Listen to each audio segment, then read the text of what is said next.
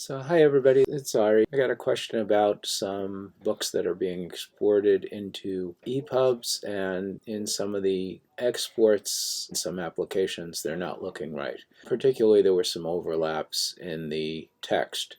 So what I wanted to show you was basically EPUBs are little websites, and if you have any background in coding with HTML and CSS, which I have a little bit, I've taught it a number of times, what you'll need to do is you'll need to get into the HTML and CSS and see where the errors are coming in. In order to do that, there's a tool called eCanCrusher. It's a free download. You don't have to do much. It installs pretty quickly and easily, especially if you're working on a Mac. I don't think there's any other way into an EPUB than to use something like eCanCrusher. Basically what it does is it takes the EPUB file and it opens it up, it breaks it open. So over here I'm going to show you I have this Finder window opening in my computer, and I had already dragged this children's literature EPUB that I have here onto here, and it opened it up here, and inside the EPUB I can actually see the CSS files, for example. So what I want to do is I'm going to take another one. I'm going to take this one that says Accessible EPUB 3, drag that one on here, and now it's made another folder here for that accessible EPUB. So they need to be in the same folder to work. And once you open it up, again, you can go to your EPUB and look for the folder that says CSS, which is this one here. You can also check the fonts that it attached. If it's using different fonts than the fonts that you were using, that might be a problem to make the EPUB. Or in the CSS, if you open it up, I'm going to go EPUB CSS. I'm going to right click on here and open it with text edit on my Mac. It's kind of like WordPad or Notepad on your Windows computer. And I'm going to look for things like the fonts. So I've got this is a pretty complex document. Here we go. Here's my heading 1 sizes. So it's the font size, it says it's set for 1.5 ems.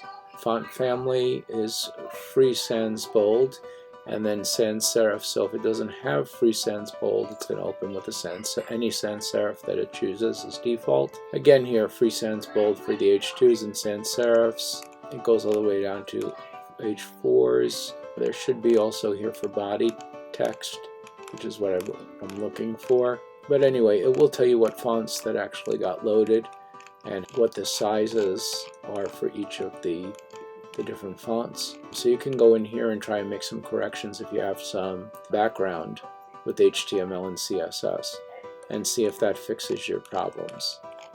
Alright, it's probably a CSS issue more than an HTML issue. You can also see the HTML file within the eCanCrusher, but I think that it's probably most likely going to be in the CSS area. See, these are all XML documents, Chapter 1, Chapter 2, and so forth.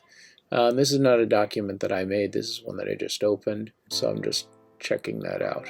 If I go back to the children's literature one and again open up the EPUB, this one's a little simpler, a simpler book.